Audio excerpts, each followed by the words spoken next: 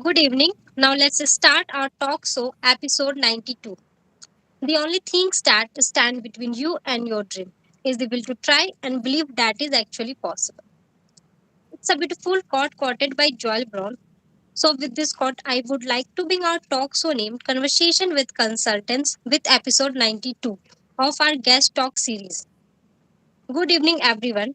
I am Dima Kumari, ICR coordinator of SKANG, and I am your host for today's talk show. Before I begin our talk show, let me briefly introduce SK Associates and Group. We are an ISO certified management consulting firm registered under the MSMED Act 2006 with the Government of India. Our mission is to providing consulting service to student entrepreneurs globally, covering areas such as compliance, operations, marketing, research and development, human capital, strategic and operations. Our passion lies in helping these budding entrepreneurs bringing their dreams to life and contribute to global economics growth. Entrepreneurship is a catalyst for change and innovation. It's a powerful force that can reshape industries, transform lives, and make the world a better place. We are committed to supporting student entrepreneurs on their journey, equipping them with the tools, knowledge, and network they need to succeed. Now, before I begin our show, let's take a moment to introduce our guest for today. It gives us immense pleasure to welcome Dr. Ammar Younas, CEO of iMo Innovation Consultants, to this special event. We are truly honored by your presence today, and we are delighted to have you there here in this talk show to share your insight with us. We would like to start this interview. Our first question for you: what's your definition of entrepreneurship and how was it involved? First of all, thank you very much to you and the SK Associate and Group for inviting me and providing me with this opportunity to share some of my thoughts and experiences. It is a wonderful series where individuals from different backgrounds are invited to share their thoughts with those who are just trying to step into the field, namely entrepreneurship. So for me, entrepreneurship is the ability to build something which provides solutions at the edge of uncertainty.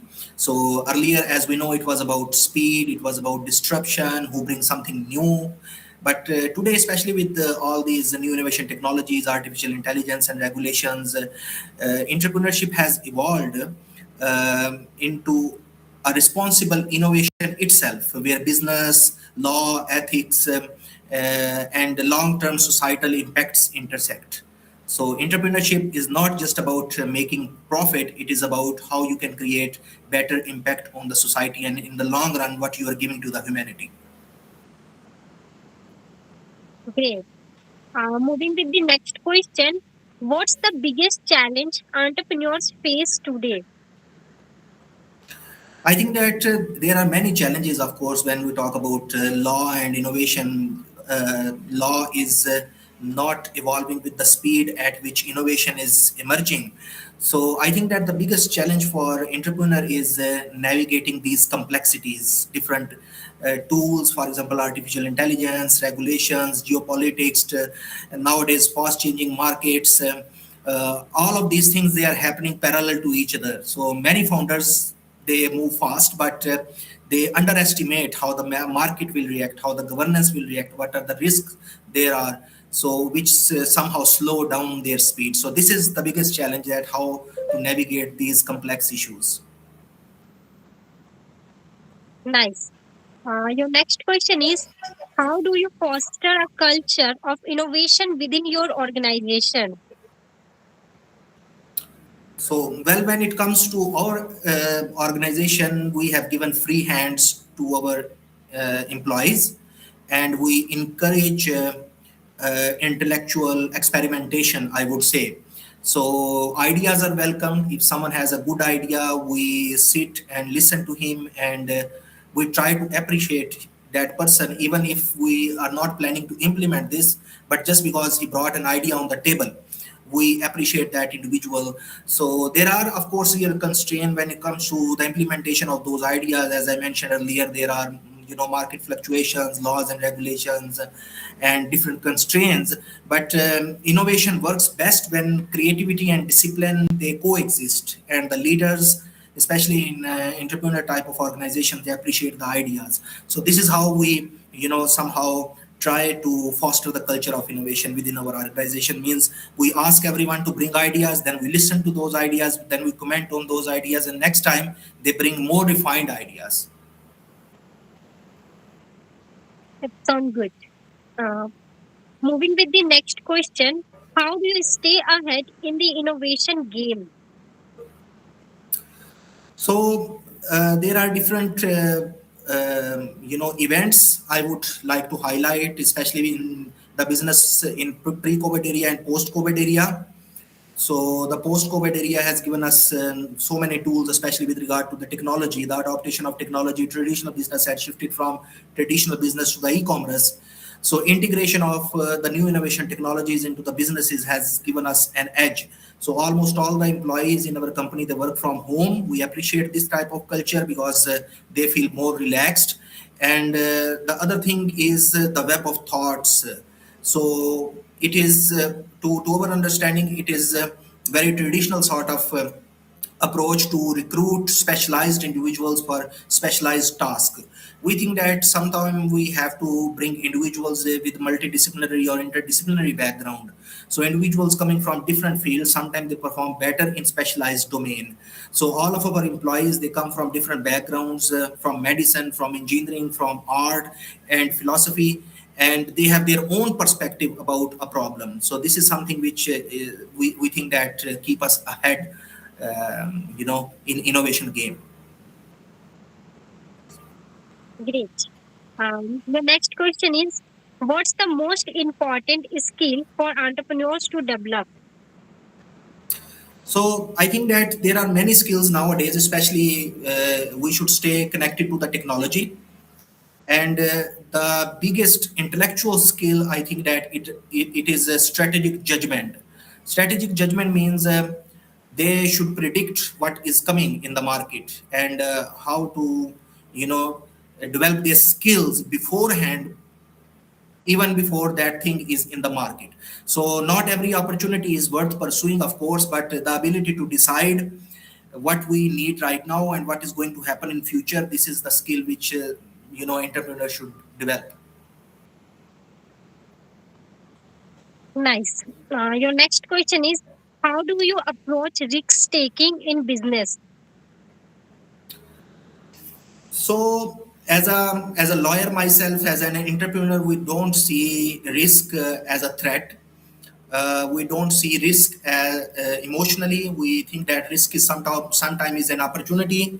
So we break down the risk into different categories. If it is related to the market, if it is related to the law, if it is related to the finances, and then decide which risks are acceptable, how to prioritize them, risks are manageable or not, and this smart risk taking gives us sometimes more opportunities. So if the risk is reckless, it is dangerous. But if risk is structured and you can play this risk in your own benefit, so categorization of risk into different categories and then approach that risk, according to the demands of the risk, it can be sometimes beneficial. Great. Your next question is, what's your take on failure in entrepreneurship? So a failure is the part of the journey sometime. So failure is something which gives you an opportunity to think about your future, how the organization is working, and I think that failure is sometimes beneficial for the organizations. So whenever there is a failure, we take it as a learning opportunity. The failure is not the dead end. Failure is a kind of learning opportunity. We negotiate among themselves. We fail with awareness, and then we reflect on our negligence and try to learn from that failure.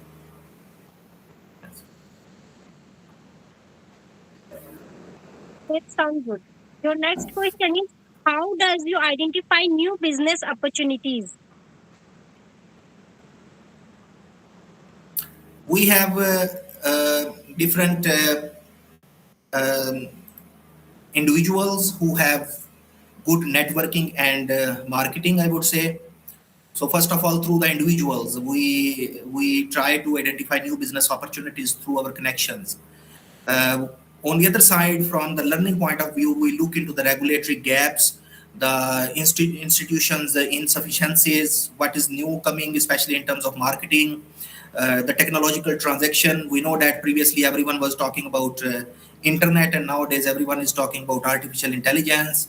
So the places where systems haven't yet caught up, this is a business opportunity, and where there we find sustainable opportunities. So first of all, through the networking and marketing, through the connections and the individuals, and secondly to find the gaps, what is needed by other organizations like us. This is how we find business opportunities. That sounds good. And your next question is, what's your strategy for staying adaptable in a changing market?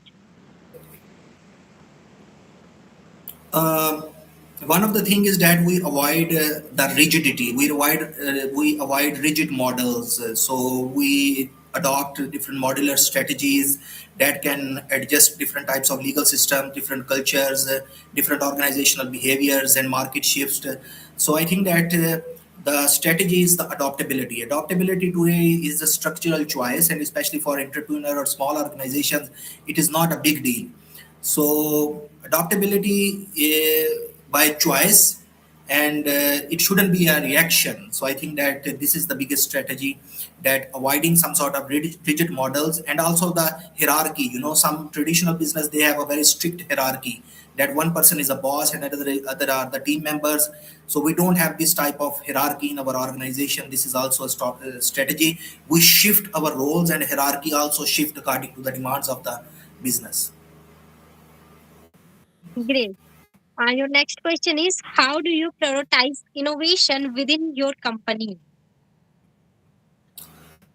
So we don't randomly just adopt everything what is new in the market. So innovation is prioritized when it solves some real problems related to our day-to-day task, and especially when it comes with a cost, then you have to be extra conscious. So the long-term credibility of the innovation. If the innovation is just for the sake of innovation that everyone is adopting, we don't do this. So not every new tool or trend it deserves adaptation. So you have to sometimes step back and think that this thing is demanded by our business or our individuals or not. It helps us in solving the real problems or not. Only then we prioritize the the innovation.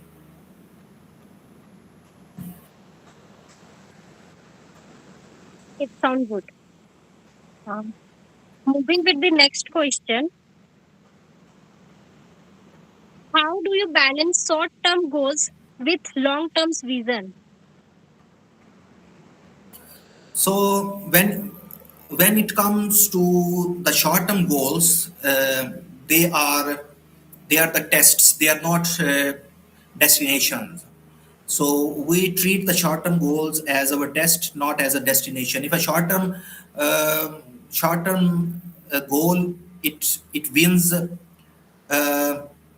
profitability, or if a short term wins some sort of benefit, or it underestimates the trust or compliance or reputation, then it is not worth pursuing.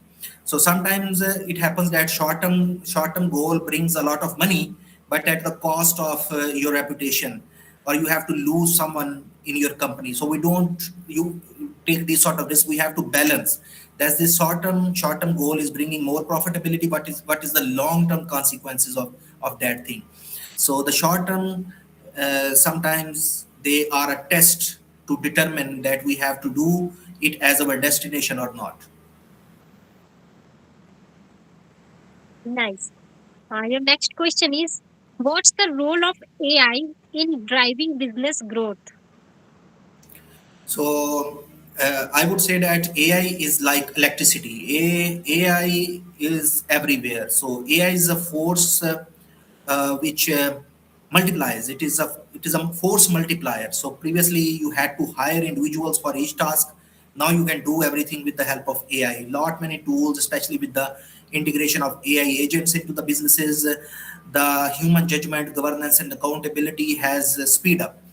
So the growth which is coming, which is driven by the AI, is very beneficial for the business as a whole. On the other side, it gives us an opportunity to reskill, flip, and switch our roles.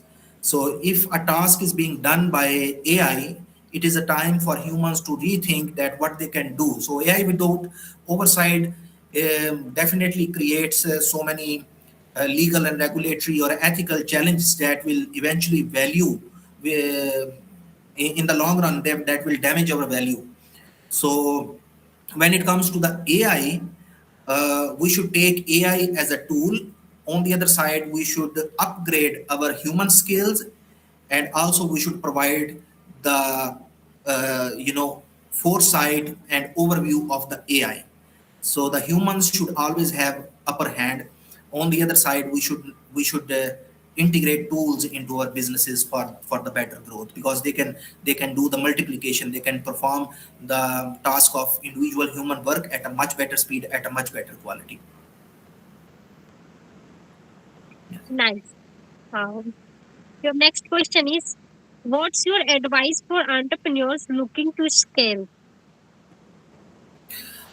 I think that the when it comes to the entrepreneurs, so I think that first of all we should think about investing on ourselves, not on scaling the profitability or making money, or generating revenue in more business terminologies. So I think that try to think about yourself, that the money which you are making in terms of profit at initial stages, try to reinvest on yourself. So this is something which is very important. And also scale governance, the contracts or the decision frameworks. So these are some of the things which we miss when the money starts flowing in. So many businesses collapse not because they don't grow, but because they grow unprepared. So the main advice which I will give to the youngsters and entrepreneur is to make money and then reinvest this money on yourself, upgrade your skills, and then keep in mind the regulatory part of your business, because most of the time we just ignore that part. Okay. Moving with the next question, how do you build and maintain a strong team? I already mentioned that in our team we appreciate ideas. I personally prioritize values, integrity, and intellectual curiosity. So sometimes the honesty matters more than the money which you are bringing. So with our clients also and with our team also. So skills can be taught. You can train an individual to learn how to operate a software, or even some intrapersonal skills. But when it comes to the judgment and ethics, this is something which is difficult to build. It is very hard to install later on.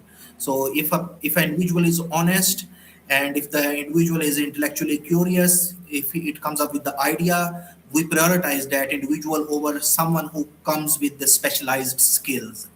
So this is how we build and maintain a strong team, that people feel appreciated and they come up with the ideas and they know that their ideas will be listened and appreciated.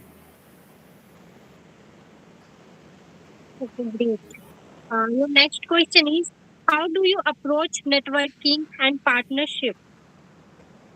Yeah, we discussed about this, that we should focus on trust based and long-term partnerships. I am very much interested in individuals who invest their time, stamina, energy, and resources in relationship.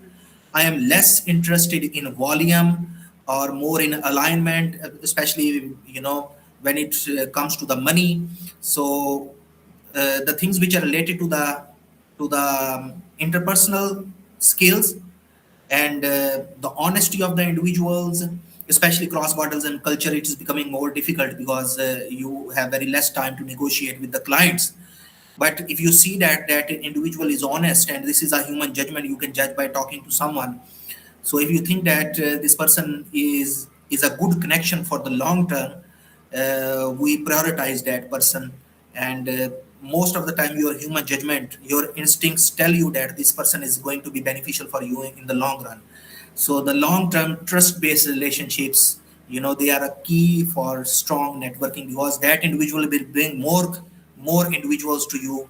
So one client or one colleague who is satisfied with your dealing, and you have invested much time in that person, will bring you more good people to you. Great. Your next question is, what's your take on work life balance as an entrepreneur?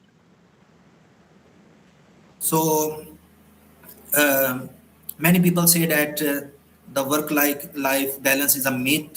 So if you enjoy your work, you shouldn't care about this work life balance. Your work should become your life. So I think that it is not about equal odds. It is about sustainability of the mind, and it is about your judgment, how much you are enjoying the process. And of course, if you are not enjoying what you are doing, you will face burnouts, and these burnouts, they leads to the poor decisions, which is very costly in leadership roles. So when it comes to the work life balance, you should make your life, you should design your work in a way that it should become the part of your life. Yes, and you should enjoy the process. If you are not enjoying the process, it doesn't matter how much time you are dedicating to your business. Okay, so it is not about astronomical odds, it is about your psychological sustainability. If you are enjoying, you can keep working. If you are not enjoying, even if you are getting a huge amount of money as your salary or profitability is high, you will not ultimately give up. Nice. Moving with the next question, how do you stay motivated during tough times? I already mentioned that we should enjoy the process. So, if you ground yourself into the purpose, then uh, you know then you forget about the outcomes, because you are enjoying the process. So when your work is connected to the impact, so this impact can be on your personality, it can be on the society as well. So when you focus on the impact of your work on your personality, on your family, on your society, uh, then you don't care about the outcomes. So the motivation survives these temporary step backs, because your motivation is high, you are doing good something for yourself, for your family, or for the society. So during the tough times, if you become goal oriented, I think that it will increase the pressure. But if you try to give as much as you can give, and with honesty, then you will just not care about the outcomes, because ultimately it is about the mental satisfaction. You will feel that you performed well, you gave your best, and this was the destiny. So you won't care about the outcome. This is how I try to survive these tough times. It sounds good. Moving with the next question, what's the most important trait for entrepreneurs to have? So, when it comes to the trade, it is not about the skill. I think that resilience with reflection, and persistency, and the hard work, only if you are enjoying the process. Yes, the persistence alone isn't enough. So you must evolve when you pass through these different stages. So I think that the most important trait is to be persistent, not think about immediate outcomes, think about long term, be kind to yourself, and be positive. So there should be resilience, and at certain intervals you should keep reflecting on what you are doing. So I think that this is the most important trait. Okay. Moving with the next question, how do you validate business ideas? So when it comes to the validation, there are possibilities to do the due diligence and to do the risk management. And so through, you can say that the early kind of legal market or user validation, there are tools available which you can use, and then you can think about the business ideas. But if an idea fails, I think that it fails usually because there are some regulatory issues, financial constraints. But on the other side, even if an idea fails, it is a learning opportunity, because it will save your time in the long run. So the time and the capital which you will invest right now, idea fails, next time you will not invest that time and capital on that idea, but you will learn from this failed idea. So this is how we validate an idea, like we apply the tools which are available, legal, regulatory, marketing, or the user validation, the market analysis, the due diligence. Even after that we fail, still it is taken as a good learning opportunity, because next time you will not repeat it. Yes. Nice. Your next question is, what's your approach to customer centric innovation? Most of the innovations, they are customer centric innovations, because we don't even, the individuals or the companies or scientists, they are investing uh, their intellectual capabilities on that thing which is bringing them the financial gains. So I focus on trust centric innovations. The customers stay loyal when they feel protected, they feel respected, and they feel understood, not just impressed by the features. So sometimes you bring innovation. This innovation looks very attractive, but it is not beneficial for the customer. So even if some company is offering an innovative solution to someone, the customer will come to you because he has trust on you. So uh, again, it comes to the interpersonal relationship with your customers. So the trust centric innovation, that like you don't ask your customers to buy something innovative and expensive. You suggest your customers to buy and go for something which is valuable for them, and next time also they will come to you. Nice. Your next question is, how do you leverage technology to drive business growth? So technology and its use is inevitable. Yes, we cannot run without technology. So the technology definitely help us in reducing friction. The individual level work can be done at a much better speed, at a much better quality. It also improves governance, supervision, and overall, if you are at a leadership position, it supports your decision making. So it just does not automate the tasks. It provides values. So we use the technology to not only to speed up, but also to keep and check and balance on ourselves, that what extra we can do if we have this technology to replace us. So this is how we not only leverage the technology, but also we challenge ourselves. So we bring more and more technology into the business to challenge ourselves, as well as to get more benefits from the outcomes of that technology. So technology help us in both way, technology per se, and also help us to improve ourselves, that there is a technology which can replace us. So what extra we should do? Okay. Moving with the next question, what's the best way to handle competition?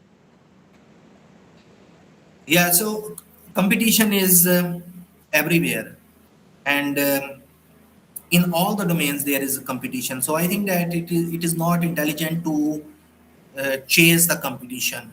So I think that it is more about, if you build your institution with strength and credibility, and with trust, and your clients and colleagues and individuals and the companies in your network, they start you know trusting on you, then it is very difficult to copy. Okay. So if you will start chasing the competition, like in innovation, that that company has adopted that sort of innovative tool, so we must buy this. In the long run, it will not be that beneficial as much you will invest on building institutional strength and your credibility in the market. Okay. Moving to the next question. How do you prioritize tasks and manage time effectively? So, of course, we should have standard and preferences, and you should prioritize the things which require more, time, stamina, energy, and resources. So, I prioritize the decisions which are irreversible, or some of the decisions when you make, then there is no chance to revisit these decisions. So the high impact and irreversible decisions, they are those which you should keep on the priority. Everything else can wait, can be delayed, or even if the things goes wrong, you can intervene and you can do it once again. So the first thing is to identify those decisions which are irreversible or which has high impact for your reputation, as I mentioned, and just prioritize them. Everything else can, go side by side, or you can just do them in routine. Nice. Moving with the next question. What's your take on bootstrapping versus seeking funding? Well, bootstrapping, it sometimes builds clarity and discipline, I would say. uh, the funding accelerates scale. So I have talked about funding previously as well. The mistake is seeking funding before understanding your real value proposition. So the businesses which come with the real value proposition and they seek funding, they are, quite successful comparatively who just seek funding. So the bootstrapping, I think that it is more about the vision and the long-term impact to bring clarity, and then to have discipline in your actions and to choose the baby steps. Like, and when you follow these baby steps, you get motivated along this way. So Okay, great. Moving with the next question. How do you measure success as an entrepreneur? um, I think that it is more about state of mind. The scalability is visible, finances can be monetized, you can see that money is coming, business is growing. So this is not about the success, I think that it is more about the satisfaction.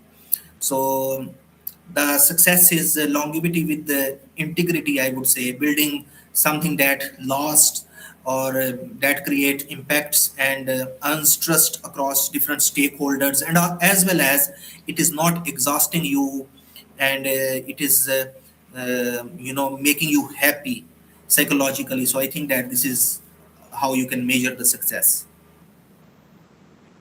It sounds good. Um, Moving with the next question. What's the biggest opportunity you see in the current market? There are so many things happening in the market, especially when it comes to the technology. We work in technology, we know that there are so many things which can be anticipated for the next 5 or 10 years. AI revolution is there. So when AI has been installed, now the issues like AI ethics and governance, responsible AI, regulatory technology, not only in terms of the manufacturing of technology, but their deployment, and when it comes to the cross-border governance of the technology, these are the areas where there is an opportunity, area where the law, innovation, and business, they intersect. Yes. So these are the areas. For example, financial technologies, nowadays everyone is talking about digitalization of assets. So real world assets are there, crypto, stable coins. So fintech has revolutionized the businesses. So I think that these are the areas where one should look for an opportunity. Great. Your next question is, how do you stay updated with industry trends? I am in academia as well as I do practice. So, as an academician, we do research, we have advisory roles, some arbitration exposure, sometime continuous engagement with different stakeholders across different regions. And I think that the being global, so, the being globals help spot different patterns. So, you know the individuals as well as people coming from different regions. You go there, you talk to them, and this is how you know what is going to happen.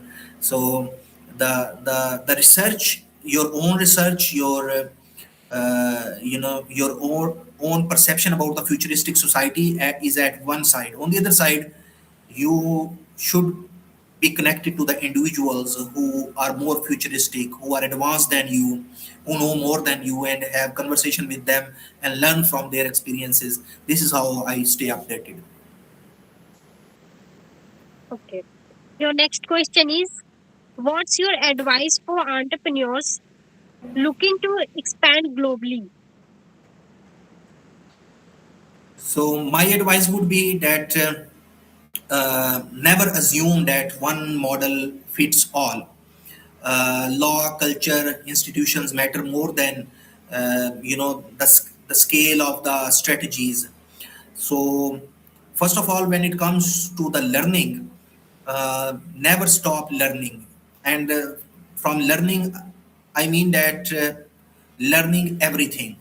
So once we have a specialty, we think that the learning is to be more specialized in our own specialty. But learning, from my point of view, is to learn about everything. So that as a lawyer, you should learn about pharmaceutics, you should learn about financial technologies, you should learn about biology, because law is everywhere. Yes. So as a businessman, you should have the know-how about your product. So keep yourself updating by learning, and be flexible. There is no shame in flipping and switching if you don't like one domain or one area of expertise, but you have an understanding of other areas, a little know-how about something. It will be easy for you to flip and switch to that domain. Yes. So the learning and learning about everything, a little bit about everything, is going to be very beneficial. In the long run, we will have individuals who will not only have specialized expertise in one domain, but they have know-how about many things. Great. Moving with the next question. What's the one thing you wish you did know when starting out? I think that in business, in entrepreneurship, or in every profession, I think that the money comes at the second stage. The most important thing is credibility and trust. This is something which we miss. So when we start a business, we think about the revenue generation, we think about the capitalization, we think about how to scale our business, but we don't think about the credibility. you know so the credibility compounds over time, but it lasts much longer. So you have seen that the businesses who are not that financially stable, but they are credible, people like to invest in those businesses. So the one thing which I wish I could know earlier is that we should, in the beginning, think more about establishing our credibility, and money will follow. So the businesses which think about their credibility, trust, value proposition, long term societal impact, ultimately they will make money. Okay. So that's something which I think that I should know at a much earlier stage. Right. The next question is, how would you define yourself as a leader? It is a difficult question. I think that we should stay humble, we should uh, not be a leader, especially if you are entrepreneur. We should be a team player, and the team member, because this hierarchy in the organization, it creates a challenge sometimes. So if you consider yourself a leader, psychologically it is going to impact how you interact with your colleagues. So we don't need leaders, I think that we need more colleagues. And if we look into some of the organizations which are emerging, for example, DAO, decentralized autonomous organizations, they don't have a leadership or corporate governance structure. They have team players. And the big conglomerates or the successful businesses now they are promoting this sort of understanding that we need more and more team player rather than the leaders. Great. This is your last question for today's session. You need to break the rules if you want to success. Do you agree with this statement? Yes, I think that innovation should not be uh, coming from the boxes, you know. So when you label certain terminologies, philosophies, ideologies, then you look into the box, and if there is no tool, then you feel a kind of blackout. So innovation comes uh, from coming out of these boxes. Yes, so we should think beyond what others are thinking. So more informal kind of structure, the thought process which can challenge yourself and the society has more volatility, and we know that in finance when there is more volatility it is more financially rewarding. So we should learn about we should train actually ourselves how to take risks, how to adopt different environments, how to learn with the passage of time and use this for your benefit, and make a web of thought and web of actions rather than going for specific box and putting yourself into those boxes. Great. Moving ahead, we would like to express our sincere gratitude to Dr. Ammar Younas for being our guest for today at Conversation with Consultants. Your presence and engagement helped to make this event successful. Thank you for Thank you for providing insight into your exciting journey. Further, we would Thank you very also much like for the to invitation. Further, we would also like to thank our audience for listening patiently throughout the event. Thank you everyone for joining with us today and hope that everyone gains some knowledge from this event. Looking ahead, we are excited to announce that our next episode 93 of Conversation with Consultants will be held soon. We hope to see you all there. Thank you and we look forward to reconnecting with you again. Do subscribe our YouTube channel and follow us all social media handles to stay connected with us. Goodbye and have a great day ahead. Thank you. Thank you, sir. Thank you.